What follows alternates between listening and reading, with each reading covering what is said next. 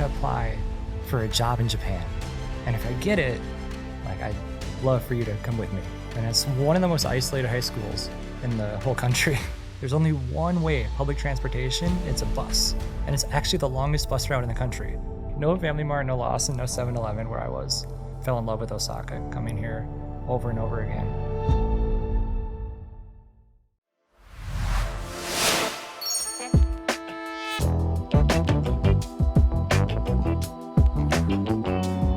Welcome to Unpacking Japan. I'm Toby, and today I welcome Beebo. Hello. Thank you very much for coming. You actually live in Osaka, but we caught you while you're on a big journey, walking across Japan, all the way from Kagoshima in the southwest to Sapporo. And so we are about right in the middle now, and you take a little break before you continue journey 2 days from now when we are recording this. Yes. So thank you for making time on your rest day to visit us here in our studio and to share your story about walking across Japan. But before we get into that story, I want to know a little bit about your background and what brought you all the way to Japan. Okay. So I'm from Minnesota in America, and I am in Japan because of my wife. So I met my wife, we went to the same high school, and started dating a couple years after. And she was like the classic super into anime, manga kind of person. Really into all that in the culture. She went to college for I think it was Asian language and literature, and studied Japanese. And a couple years after we were dating, she wrote me this really nice, cute letter. And she was like, I'm going to apply for a job in Japan. And if I get it, like, I'd love for you to come with me, pretty much. She's like, I won't go unless like you want to. And it was just this awesome letter, and I still have it to this day. And so I was like, yeah, like, do it. So, and then, next thing, she got the job, and we moved to a very, very remote village in South Nara. Okay. It's called Totsukawamura, and it's one of the most isolated high schools in the whole country. Really? Yeah. How so? I mean, just literally isolated, like, as in, when people think of Nara, you probably think Nara City. Yeah. But this is like, it was, I think, like a 2.5 hour drive south of that, just deep into the mountains. So like near Omine or Dorogawa Onsen, kind of that area, or even further into There's the closest like town that people might recognize would probably be Hongu. Okay. It's like half an hour from Hongu, more into the mountains though. And so we were there for 5.5 years. So that was my like first experience into Japan. So I was about to get slowly into your walking to Japan, but now I'm very curious because you had no plans of moving to Japan. No, and I never would have thought it. You arrived into a small village near Hongu. Yeah. Basically nearly Wakayama already, in the middle of the peninsula there. Right on the border of Wakayama. Right by the Kumano Kodo.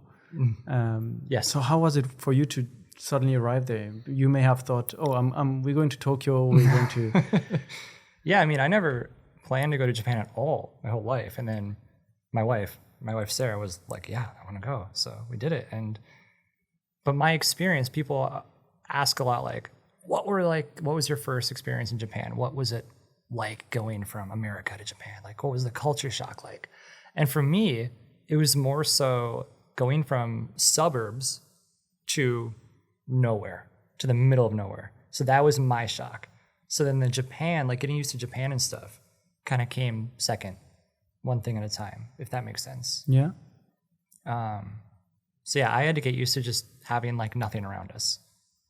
No stores. Like, we had a little mom and pop shop that you could walk to, but it was typical mom and pop shop where it's like twice the price. They only have limited selection. So to go grocery shopping, we would have to drive a little over an hour, like an hour, 15 minutes to a town called Shingu on the coast to go get our groceries from like an Aeon mall. That's a long drive just for groceries. Each way, basically the opposite of what anyone thinks of when they think of Japan, where it's like, there's a convenience in every corner. There was no konbini, no Family Mart, no Lawson, no 7-Eleven where I was. It was the opposite of what you'd think. Do you still remember the moment when you arrived in that village and you arrived at the place where you were going to stay and you dropped off your bag and like, this is where we are now? Yeah. Well, yeah, because I moved only like a week or something like that, a week after my wife had arrived. And so she didn't have the car yet.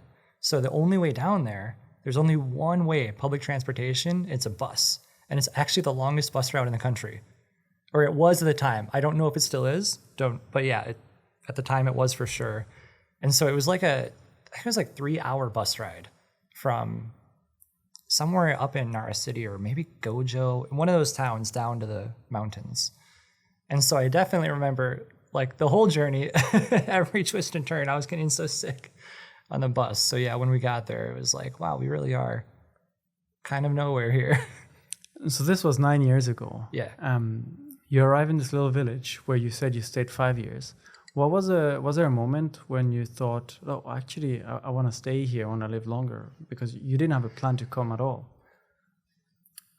Oh, yeah. It was, I don't know if there was, honestly, I can't think of like one moment where it was like the deciding factor of like, let's stay. I think it's honestly probably just the convenience of already like, you've moved to a country.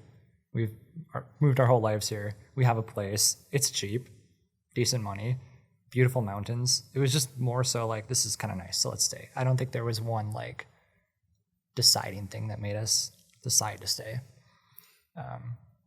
Yeah.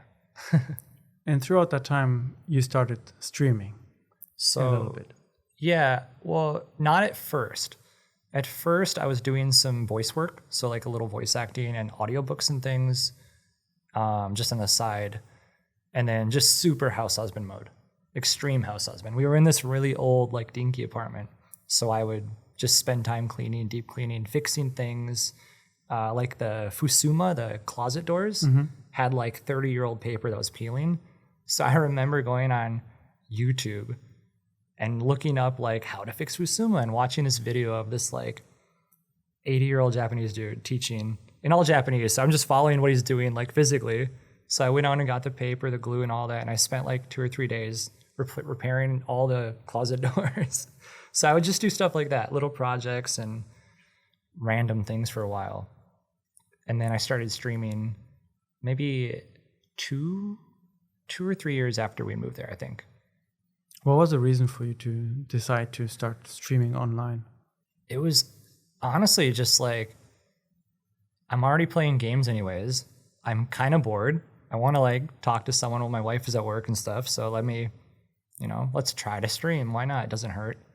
And it was as simple as that at first. And then, yeah, it just randomly kind of took off. And so I kept doing it. It's a simple story for the streaming thing, I guess. But you're streaming video games. And now that was back then, yeah. Streaming yourself walking across Japan. Yeah, a little change. A little change, right? So you stream video games and then eventually you decide to move out of Nara, move to Osaka. And now you're here. What was a change for you to move from nowhere? So from suburbs to nowhere in Nara and then eventually to big city, downtown Osaka. Well, it was, we would like I said, because we're so isolated, we would never have like, it wasn't easy for us to go have like a day out. Like, let's go shopping, let's go to the mall. So maybe once a month or two, we would take a trip either to like smaller towns, Gojo, or sometimes Nara. Nara City was like a go-to. Osaka was a bit harder to get to because we'd have to like park in Nara City and then take a train over to Osaka because my wife didn't want to drive through the city, understandably. So we would just take trips to Osaka like a couple times a year, and we loved it. It was like our dream. Like, we want to live here one day. We're going to make it happen. And so just for years, we just fell in love with Osaka, coming here over and over again.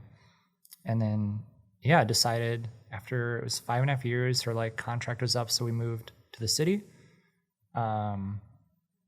And throughout the year or two leading up to that, I had met some friends in Nara that were doing like streaming, outdoor streaming. It was kind of new at the time, walking around with a camera, being weird, whatever.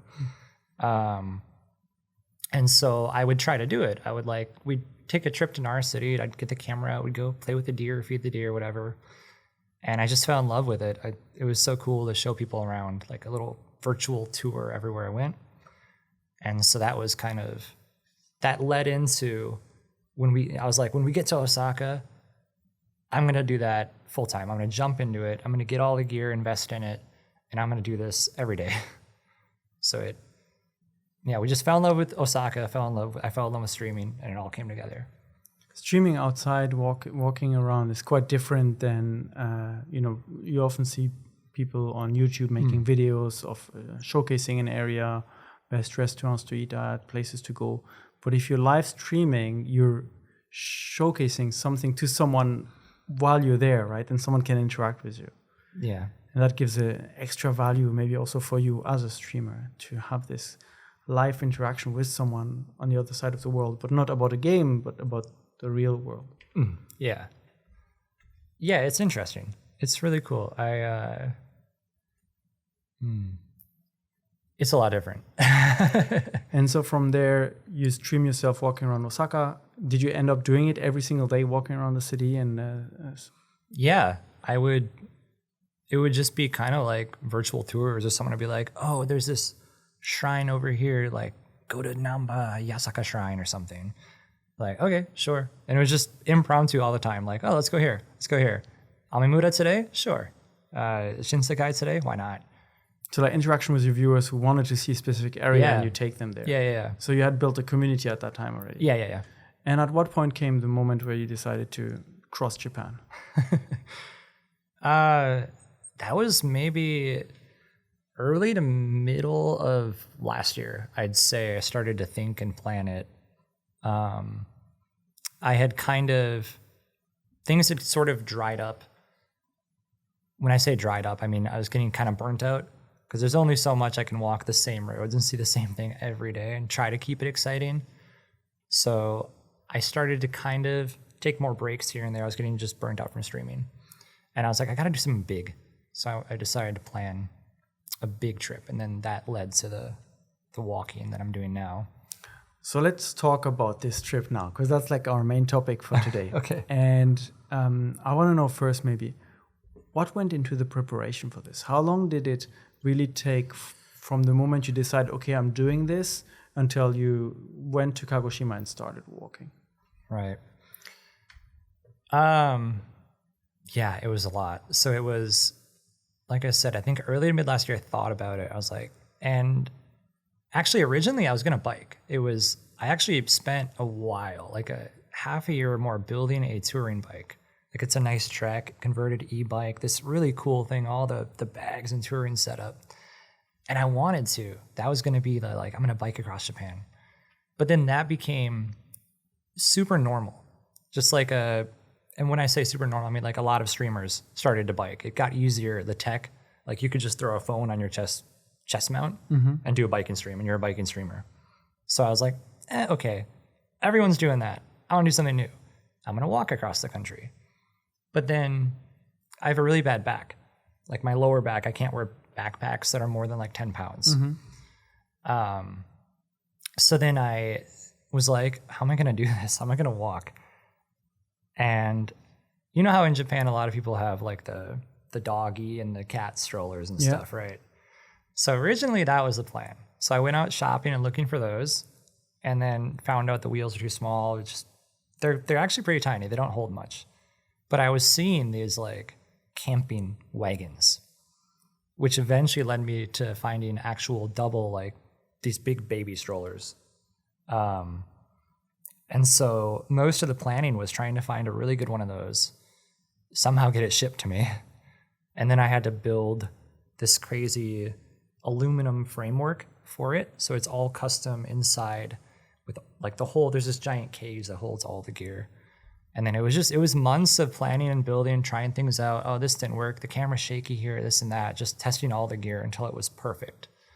So you actually have for people that will end up going to look at your Instagram channel where you post short clips of it or watch the live stream, when they see this cart, it's actually completely custom. It's like a base framework, but then you build the whole rig on it. Yeah. Yep. Originally, it's actually a baby stroller. So I took out like the baby harnesses. There was one on each side, and that was it. It was like this frame. It has nice wheels. It had like built-in suspension and all that stuff, But yeah, the framework and everything you see from like the fabric up is all custom. So What kind of gear do you pack in there? What do you need to bring with you when you go on this long trip? So I have, let me think here. I've got 2 big like camping batteries. I've got a solar panel actually. I've got my tent, my mattress, a bag of like laundry. What else do I have? That's like the main stuff. But then I've got all the streaming gear as well. So we've got the encoder, the modems, the camera, the monopod, the clamps. So all the tech for that. And that took the most part of the preparation. The streaming gear I already had. Oh, I mean, the preparing the whole gear in general with the building the stroller. Yep. And Figuring out where to mount things and how to keep it organized. how do you decide on the route to go from Kagoshima to Sapporo? Like you mean the overall route or like, I think my train of thought was try to follow the weather. Pretty sure. Because I was like, if I leave early spring down south, maybe I can avoid some of the summer heat.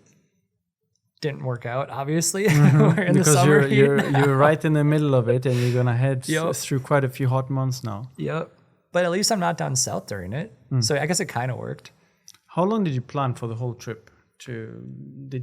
What's the total distance actually that you're gonna go from Kagoshima to Sapporo? It's hard to say the distance because it's always changing every day based on where I walk. But I think I've estimated it's going to be like 2,500 to 3,000 kilometers Wow. total. And I've done to Osaka 1,100 so far. So nearly halfway through now. Yeah, I'd say like 40% through. And so you're going from Kagoshima, now you're stopping in Osaka, but you don't plan every detail of every day. You Nope. just have like the general direction Yeah. of like, okay, this is the next big stop. I'm going to Tokyo, and then you go to Yeah. Sendai or... Yeah, I have no detailed route. It's just like, let's get to Hokkaido. Do you have a finish date by when you want to be? I do not. No. No, it's too hard to guess. The walking, it just makes it so unpredictable because you never know what the weather's going to be like when I take a rest day. Like, oh, there's a giant mountain. That's going to take me 3 days to walk around, that kind of thing. So it's always changing right now. I really don't know, like, even a week ahead.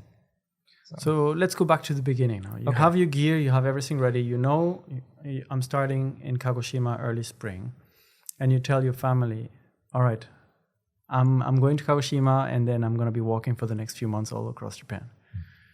What were their reaction? I think they're kind of used to me doing weird things. I don't know if they really questioned it much. I don't think any of us really understood how big the trip was going to be. Because I still don't know every week if I'm going to like finish it, if I'm going to stop or keep going. So at first it was kind of like, I'm going to try this. So it wasn't a huge deal. And now it's been 2 months in and I'm still going. So now it's more like they're I don't know. I think they're pretty impressed, which is cool. So what was your first day like when you actually go and really use the gear and everything you planned and prepared? How did that first day go? Well, to get down there, we had to take the bullet train, the Shinkansen, which was a pain because the stroller had to be folded up and all that. So the aluminum, all the framework had to be taken apart. And so I had to build it down in Kagoshima, build the whole setup. And the first day was pouring rain. Great way to start. Yeah. I mean, can't get worse, right? So it was pretty nice, I guess, to get that over with. But yeah, first day out, pouring rain. I had my wife with me, though, so that helped a lot. But yeah, it was like Kagoshima was just all mountain and rain and torture for the first few days. How much do you walk on a typical day? Do you have like an average distance that you go through? I think I wanted it to be like 10 to 15 kilometers. I wanted to take it super easy and chill at first. That was like the initial, because I thought, if I do 10, 15K, I'll be doing this for, it could be 8 or 9 months. I'll take it easy. But because of the way the towns are laid out, it tends to be that there's just literally no hotel in that amount of distance. It's usually like 20 to 30 kilometers until the next hotel or campground. So yeah, it's been an average of, I want to say, it could be somewhere from 22 to 25 kilometers a day, but some of the days have been 35, 40 kilometers. That's a pretty solid distance to keep up constantly. Yeah. Did you do any physical preparation for that before you went there? Or you were like, I'm just going to just start walking and not think about it too much? I should have done more preparation. The only preparation I did was I think I only did it like 5 times too. I would go to the gym and I would just get on one of the treadmills, crank it to the max elevation. It would be like 15%. And I would just walk like 6 kilometers an hour for 15 or 20 minutes. That was the extent of my preparation. So it was pretty tough going into it. Yeah. What was it like when you first started pushing this cart up those mountains? Were you like feeling like, oh no, this is never going to work? Or kind of, yeah. It was, I mean, I was expecting it though. I think it's like 120 or 130 pounds. And when my wife was with me, it's like 60, yeah. 60K cart. And then when my wife's with me, it's like 70K with the extra sleeping mattress or whatever. So I knew it'd be bad, but I don't think it's as bad as I thought. So I was a bit relieved. It's only some of the real back road mountains, or if you have to take some of the twists and turns, it's terrible. But you just go slow and it's easy enough, I guess. Slow and steady. Yeah, slow and steady. Are the roads suitable for you to push a baby stroller basically across Japan, or do you feel like sometimes it's not really made for that kind of surface? Actually, that's a good question, because I was talking about that the other day with my wife, and I was saying, or she was like, you should bring up the roads and like the safety and all that. And it's a hard one because there are definitely times where I will complain, and I'll complain to stream. I'll be like, how is there no sidewalk? Why does the sidewalk switch sides randomly without telling me? How am I going to cross this road? Like, especially the coastal roads are terrifying. The big trucks flying by. And they're very narrow. Yeah. And you have usually like a concrete beam on the left side and the rocks on the right side. Yeah, so nowhere for you to go. Yep. And then you hit the tunnels, and then it's concrete. It's terrifying. But with that said, when I think back to like, could I do this in another country? Like, could I do this in America? And it's just like, no, not at all, right? I wouldn't even, I mean, you probably could, but I wouldn't want to. Because even though the roads here can be sketchy, drivers seem to be a lot more aware and a lot more courteous or polite, and they'll make room. And I think it comes from the just general like public transportation. People walk and bike in Japan. So even drivers are used to it. They probably bike around their city too. So they tend to give you more room, be a little more respectful. At least that's what I've noticed so far. But the baby stroller so far holding on. It's holding on. Yeah. Yeah, the only real tough times have been like the tight tunnels, those concrete beam coastal roads. But yeah, it's not as bad as you would imagine, I guess. Even through, like you said, the first day was rainy, and you have like everything you need to walk through rainy days, or? I do, yeah. So it looks kind of crazy, but I put this tarp, this giant silver tarp, over it. Actually, my friend called it like, he said it looked like some NASA stroller because it has that shiny reflective silver tarp thing going. And then I usually put one umbrella tied over the camera and gear, and then I just hold one or tie one to the handle by me. So, but yeah, I've got stuff to protect from the rain, so it's not a big deal. How is it with food management? You gotta eat, you gotta replenish, and you said, well, Japan is known for having a lot of convenience around, so I guess you can resupply regularly. Exactly. But you also said that you were living in a place where the closest supermarket was a 1 hour drive away. So I imagine that on your walk, you may sometimes end up also in kind of areas with not so much for you to buy for food.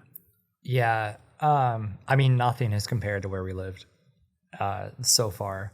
And that is because of a big part, the way I plan my days. Because I'm streaming it, I have to stay where there's cell connection, mobile towers.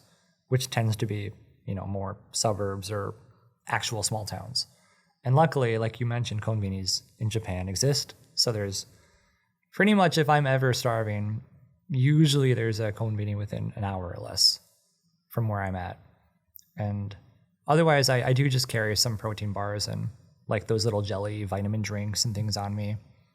But yeah, konbinis are a lifesaver and they're everywhere.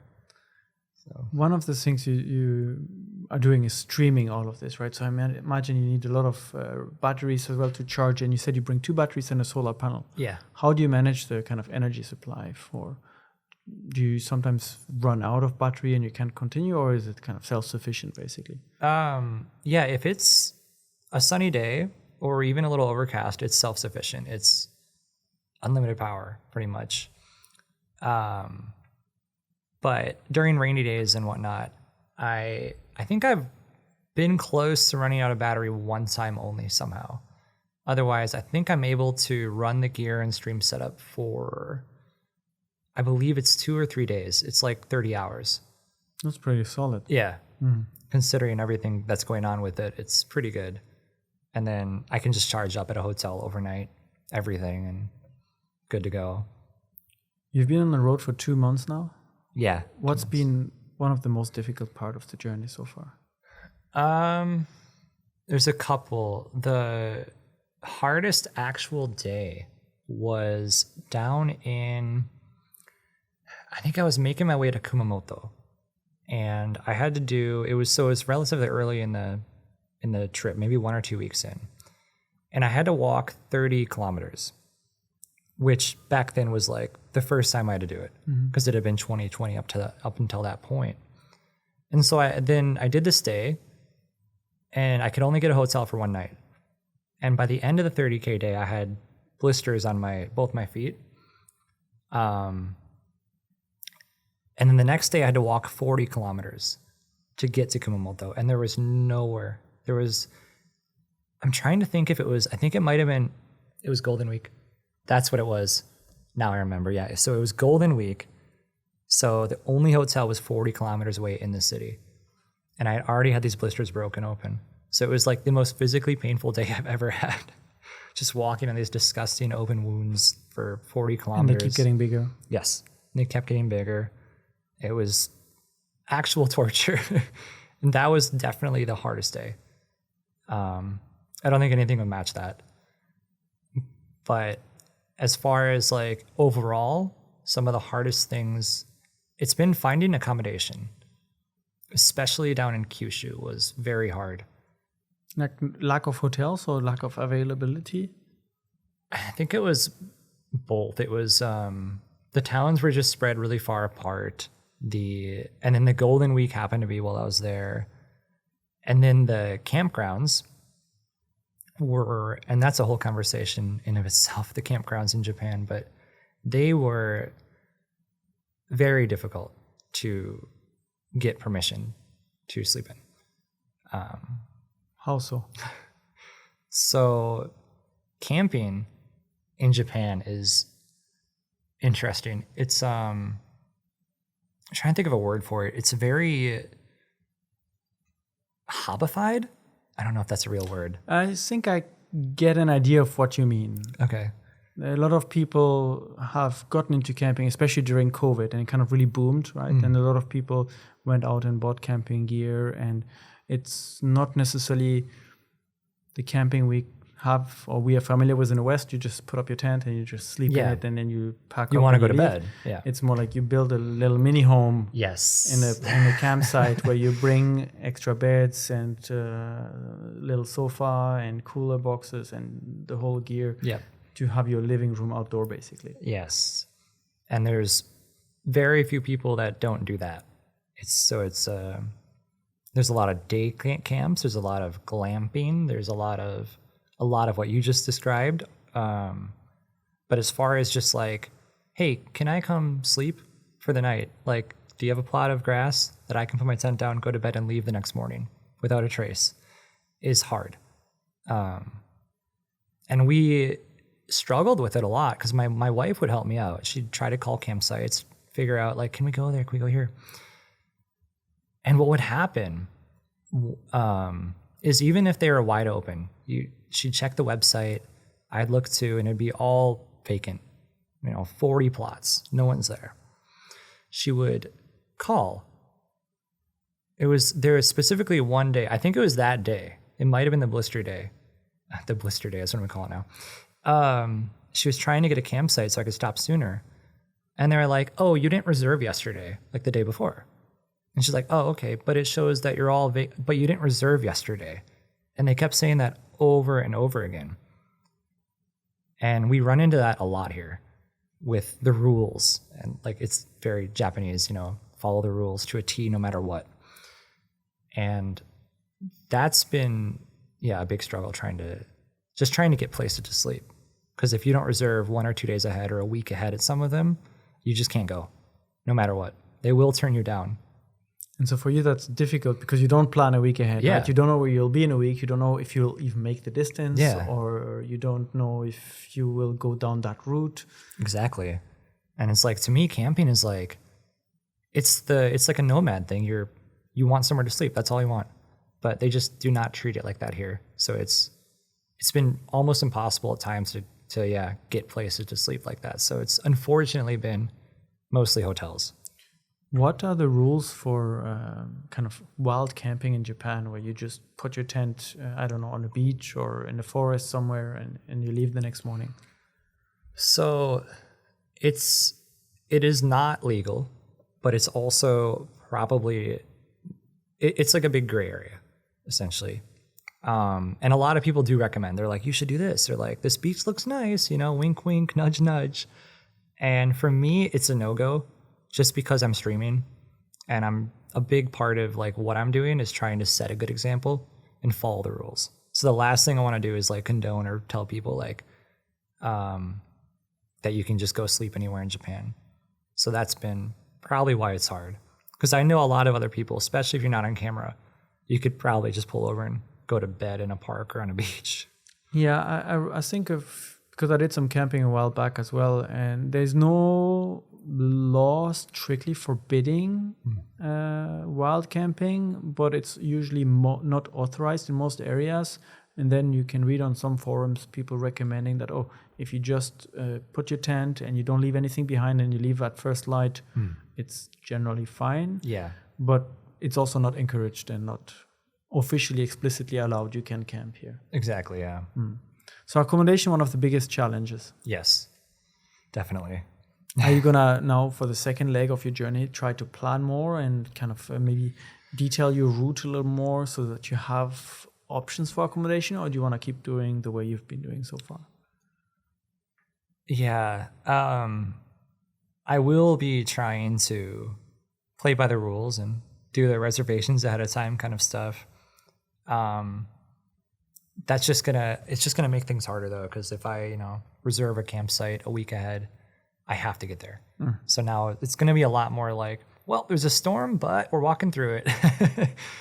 And so, because one of my big things for part 2 of my trip is going to be like, I do want to camp more, because the hotels, it just adds up. It's so expensive.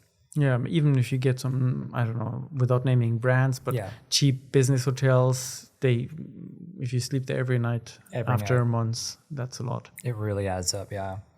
So a big thing will be trying to camp more and just set a route and stick to it, I guess. Definitely. We talked about a few of the big challenges you've had, from injuries to finding accommodation. What about some of the best unexpected surprises you had on your journey?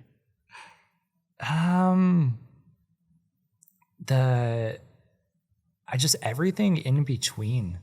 I have a term, I call it like the in-between.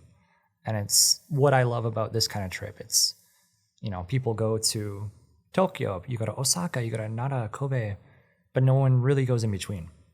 And so by walking, I'm forced to see everything in between. And that has been the biggest surprise to me, just how beautiful and awesome these places are that are just so rarely visited. Walking through farmlands has been insanely beautiful. Walking along the coastlines, going from, there was this area down in Kyushu between Munakata and Ashiya. There was this beautiful coastal road, this green paved pedestrian lane, away from anything, just along the beach for like 10 kilometers straight. And it was probably the most beautiful day of the whole trip. So random things like that, that you don't like see on tourist guides and stuff have been incredible. Just seeing the normal Japan, right? Exactly. Not the one that you see in all the social media posts and videos and recommendations, and that the tour guides take you, but just the normal Japan where you walk through when you walk across Japan. Yeah, it's amazing. I'm curious about the people you meet, because you have this big stroller and you push it around, and I can imagine that if I were to see you on the street, I'd be like, what is this person doing with the stroller and like the camera hanging on top of it? Yeah. My favorite reactions are when people walk by and they'll do the obvious, like, oh, where's the and then they'll start, where's the baby? And then they'll like, what's happening in there kind of thing, because it's just wires and tech, no baby. And I love that reaction. It always makes me laugh. But in general, though, people are curious, and I do get a lot of people asking questions. I have like posters on the side in English and Japanese saying what I'm doing. And so I think I've had like 12 to 15 people in total bringing me presents or gifts, like water, food. Like they wait for you on the spot. They know that the previous day you were here, so you must be walking through there, and they kind of come with a sign. Yeah, I don't know how they found it. I did have one lady with a sign. That was actually just a couple weeks ago. That was the most wholesome encounter of the whole trip. We were in Himeji, entering into the city. And we call her the Himeji Angel. This lady, yes, we were in the mountains, and just the middle of nowhere mountains. I don't know how she found me. And she's like, Beebo! Like, I just hear my name. And then she pulls over, and had the sign, the cardboard sign, hi, Beebo! Like, and had a whole assortment of, she had 2 things of like Fami Chiki. She had all these waters, Pocari Sweat, and all these presents for me. And she was just the sweetest lady ever. And she's like, I saw you on like Instagram, and then I found your Twitch, and I live in Himeji, so decided, I wanted to say hi and give you presents. And so like the people have just been incredible on this journey. It's been amazing. And then she actually showed up again, like an hour later, and gave me more gifts. And it wasn't for like half an hour after that I noticed in there was a 6-pack of Suntory premium malts hidden on the bottom. For after the long day. Yeah, for walk. After the long day, got the 6-pack. That's a very wholesome person. Yes. The Himeji Angel. The Himeji Angel. Will be remembered. Yes, forever. Meeting people, one of the biggest kind of impact you can find from this kind of journey. Have you also noticed a difference between your leg in Kyushu and what you've done so far in Honshu in terms of landscapes or the people? So Kyushu was had the most people that would be curious or come up to me or give water or food, but I think it's more related to, not necessarily because it's Kyushu or Honshu, but because I was going through more small towns. The smaller the town I found, the more curious people are. So I've like one town, shout out to Satsuma Sendai. It's a random town in Kyushu that was just beautiful. And like, I think I had 5 or 6 people come up to me. Just amazingly nice. That town was great. But yeah, the smaller the town, the more curious and friendly people have been, really, I think. So Kyushu was incredible for that. As far as like other changes, like terrain and stuff, I tend to try to stick to just coastline and small towns and rural or urban areas and farmland. So it hasn't been that different. Now you're about halfway through your trip, and you're preparing to go through a very hot and sweaty summer and heading north. What are you kind of looking forward to the most on this second half of the journey? For summer to be over. Summer to be over. It's just starting though. I know. I guess maybe I want to say like Nagoya would be fun. I like Nagoya. I know some people say other things about Nagoya, but I like it. So it'll be fun to walk through. Tokyo will be interesting. You plan to go through Tokyo or you just like I'm gonna go right through around? it. Right through it, all the way to Shibuya cross. Yes. All right. Oh yeah, I'm gonna do that. I didn't think of that. Yeah, I guess what I'm looking forward to most would be Tokyo out of all of it. It'd be crazy with the stroller, I think. And then you're heading north with like a completely different change of landscape, a lot more mountains as well, possibly. Will you eventually kind of strive away from the coastline to see what it's like in central Honshu, or will you decide to stay where it's, let's say, flatter and you don't need to worry so much about pushing your stroller up? It is probably going to be where it's flatter. And I haven't looked, so I don't know where that will be yet, whether it's the coastline or not. But yeah, the 3 things I usually look for in a route would be elevation, internet coverage, and then obviously just how beautiful it is. That is part of it. But so it's all going to depend on that. So a lot of things kind of still coming, a lot of challenges, especially summer is going to be a big one. Are you taking any special preparation for this, or you just a lot of hydration, a lot of Pocari sweat and Yeah, Pocari sweat and Aquarius. I don't think there's really anything else. Like the past 2 months have kind of sort of been like the perfecting time for the stroller. Things have changed and I've adjusted things, had to fix the wheels, do this and that. And so I think things are kind of set up now as they will be. But yeah, just a lot more liquid. That'll be the main thing. And so the big part of you doing this whole journey has been streaming everything. Yeah. So I want to talk a little bit about streaming this whole journey and interacting with your audience. How has that been? Because you're really now not taking people around the streets of your neighborhood in Osaka, but across this entire journey where everything is new for you too, where you discover things. What's it like interacting with this audience while streaming those days? I mean, it's the only reason I'm doing this is because there's an audience. I couldn't do this solo. I'm not a solo traveler. I'd get lonely. But no, it's been great to have them there. They're like my saviors, because if I take a wrong turn, I have a map overlay. They can see where I am, and they'll call me out. They'll be like, "You're going the wrong way." They can. Sometimes people will tell me like, "There's a shrine 2 blocks to your left. Go there." And like, so it's really nice. It's like an overseer telling me all the cool stuff, or telling me like when I'm crossing a town line or a prefecture line. And that aspect has been really cool for me.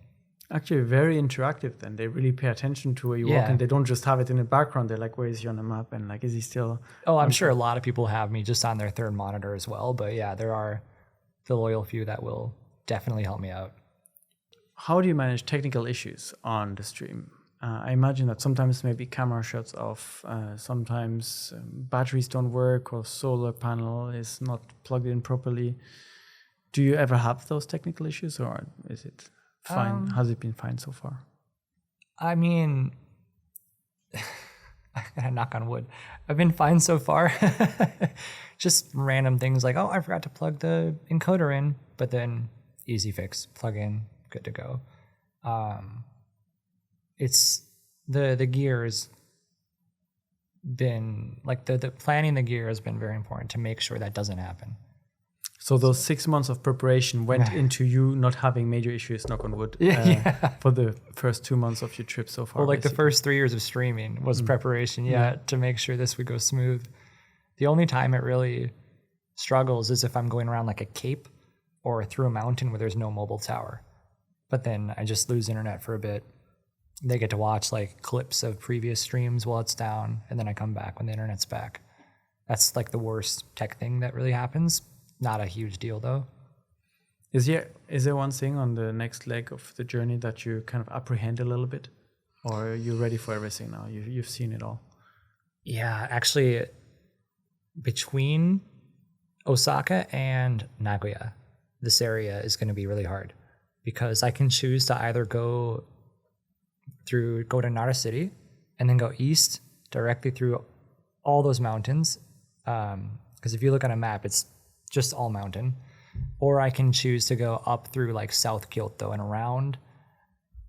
And so that's going to be, I think that'll be the hardest part, possibly of the whole trip, I think, until maybe northern Japan. But because after that, you have Nagoya and all the coastline leading to Tokyo. I think that'll go pretty smooth.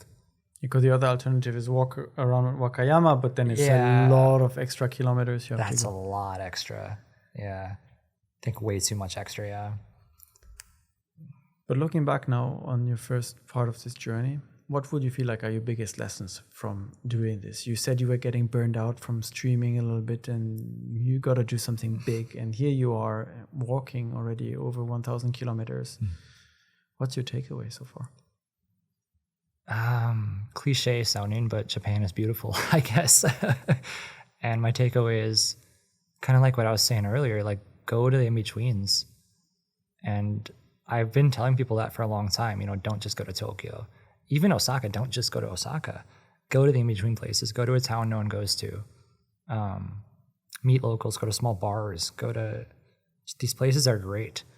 And doing this trip so far has just confirmed that to me, that like even for me, if I'm going to go on a vacation in the future with my wife, we're going to go to just Satsuma Sendai or Munakata or Ashiya, some random town in Kyushu, or because they're amazing, they're beautiful, and people are so friendly. You lived 5.5 years in a very tiny place in the middle of nowhere, Nara. Yeah. Then your dream was to move to Osaka. Yeah. And now you're doing this big trip. Has this changed your perspective on life in Japan again, or is it in the process of changing? By perspective on life in Japan, what do you mean? You've been here for 9 years. Yeah. And so I imagine that what you like at the beginning, what you like in the middle, and what you get to appreciate now may change over time depending on your interactions with people, the things you see, and so on. And I'm imagining like this kind of big journey can't leave you coming back to Osaka and just looking at Osaka the same way you used to. I do. Before. You do? I do. I love Osaka. Yeah. I absolutely admire Osaka. It's my favorite city in the world. And I still love it just as much. But yeah, if I'm going to go on a trip, that's the biggest change. Like to get out, I'm not just going to go out to Nara City. I want to go out to some random town, go on Google Maps, like, oh, this looks cool. Let's go there. There's a hotel. Let's go there. But yeah, no, Osaka, always my favorite. I don't think that'll change. Both. Yeah. You always stay positive.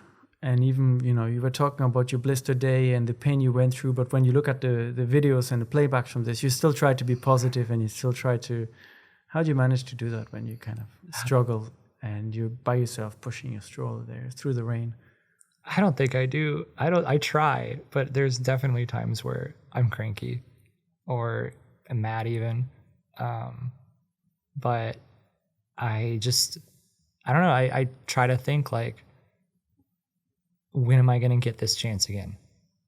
And just push through, I guess. I don't know. I don't have a choice but to push through, I think, sometimes too. And I guess if I get too down or cranky or like upset at these situations, then I'm going to scare people away from watching it. And that'll just lead to me being more lonely because I need them there. That's the streaming. I need, the feedback and people to talk to. So I don't know. If someone's been watching your stream or maybe listening to this and is now thinking, oh, I kind of want to walk a little bit across Japan, what kind of advice would you like to give them before they get going? Even if it's not all across Japan, but just generally speaking, things to be aware of. Baby powder and Vaseline are your best friends. Baby powder and Vaseline. Yes. I won't get into detail with that. But yeah, those are your best friends if you're going to walk, especially in the sweaty summer and rainy days. But that's more of a personal preference or like I guess. Healthcare and protecting your feet. Yes. Well, not your feet. But sorry, what was the question? What kind of advice would you give to someone who is now interested in maybe walking a stretch of Japan, whether it's just crossing Kyushu or doing the whole trip like you're doing? Right. Yeah, some of the best advice I think would just be plan ahead. Unfortunately, even if you want to do the nomad style bike packing, backpacking, whatever you're doing, unfortunately, unless you do want to wild camp, you do need to plan ahead. So always leave the day with somewhere reserved or like a hotel booked or a campsite reserved.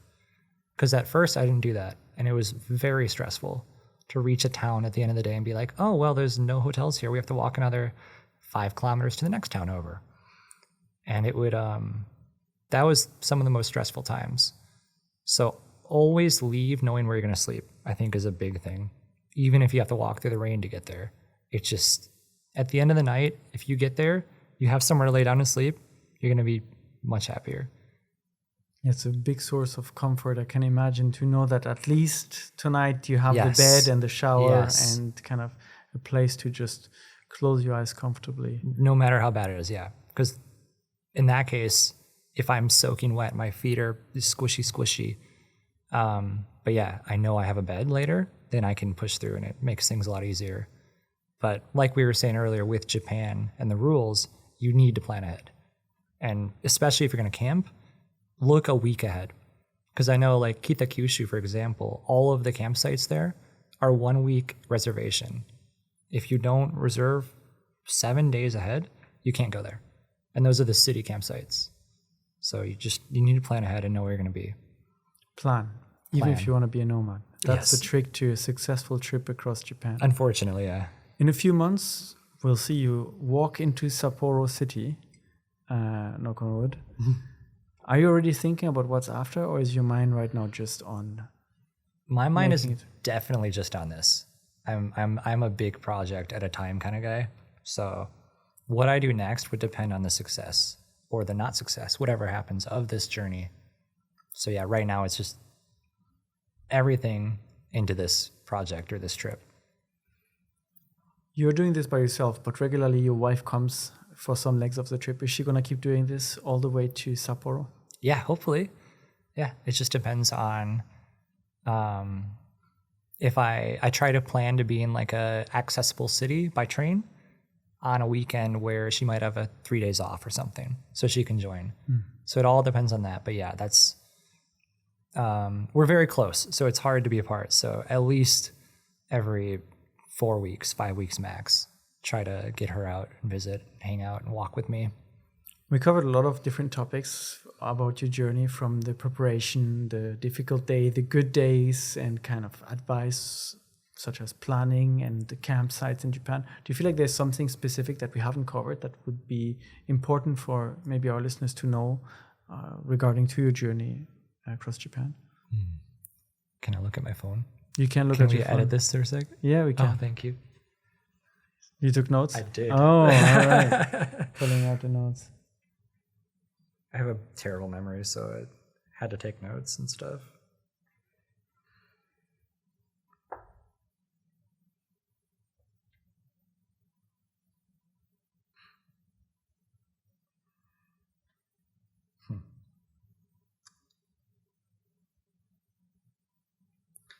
I've got funny stories. All right.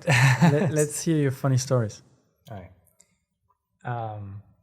My first day I went camping, actually it was in, I don't know the exact city, it was down in Kyushu, and it was, I don't know where it was, but it was in the mountains, and there was this campsite that my wife had called and got a reservation. And this one we were able to do like the same day. We got really lucky.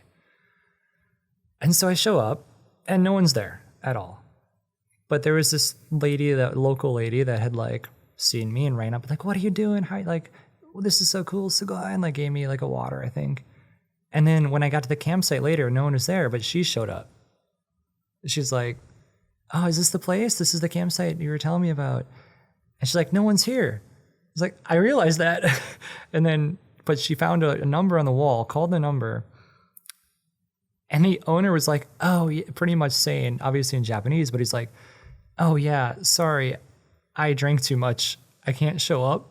So then he sent like his daughter. He had completely forgot. Sent like his daughter to come like check me in and pay like the 600 yen fee or something. And then that night, it was just storming all night long. I did not sleep. And they had goats at the campsite. So there's like these noises and goat sounds creeping me out all night long. And it was a very weird experience and a weird first time camping, I guess. That's a night to remember. Yeah. So be ready for the unexpected when you camp. Yeah. There might be goats. There might be goats. Yeah. And I'm sure you'll have plenty more of these kind of anecdotes and side stories to share with the next coming months of your journey that are happening. Yeah. Hopefully. Yeah, I'm sure we will see them all on your Instagram, on your Twitch if we have time to watch live. Yeah. Thank you for sharing your story, Beebo. Thank you for making time on your little break here in Osaka. And we wish you best of luck for the rest of the journey. Thank you. When this episode will be out, you might already be in Tokyo or somewhere nearby Tokyo. So hopefully, yeah. We'll make sure to have all the links in the description so people can find you and your journey and kind of tune in to see what you're up to. Thank you again. Thank you everyone for listening and watching. This was Unpacking Japan, and we'll be back next week. Bye.